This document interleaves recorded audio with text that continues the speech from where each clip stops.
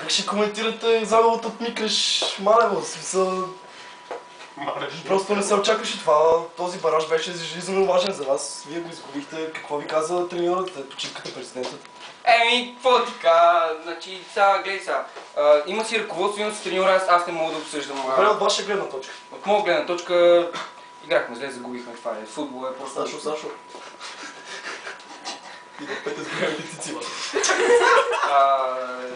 Загубихме просто и...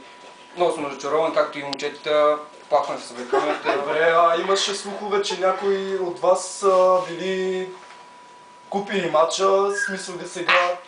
Само ли ви? Това са абсолютни глупости. Били са пробити от противниковия лагер. Това вярно ли?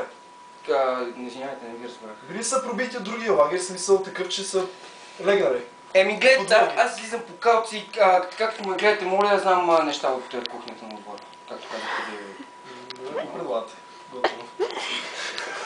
Значи предлагаме, че ще се класираме за окръжна С група с минимален резултат в следващия матч. Наистина мисля, че ще го направим, момчета. Трябва да се възродим за такова. И така.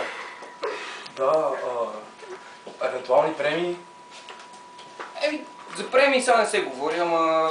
Чуваш ли се за ракия и 5 кила свине? Не, аз съм спортист, аз не употребявам алкохол, не ходя по дискотеки и съм професионалист наистина. Съдята как ще го коментирате днес? Какво ви кажа, сега съдите, ние ще се разберем с тях в матча. Няма какво коментирам сега тук. Чакахме там момчета и ще такова. Добре, както си мисля. Да, между другото това, след футболистите много често срещано явление татуировките. Не, аз не искам да поддържавам нито на Дейвид Бекъм, нито на Джон Тери, нито на Кристиано Роналдо и на много Георгиев, разбира се, защото той е един символичен българин, който играе в национални сбори. Наистина, аз се възхищавам на неговата игра. Благо искам да те поздравя. Не искам да поддържавам никой, просто това го направих заради жена ми Страхилка, защото много обичам наистина и винаги ще бъда на нея. Аз снимам на те!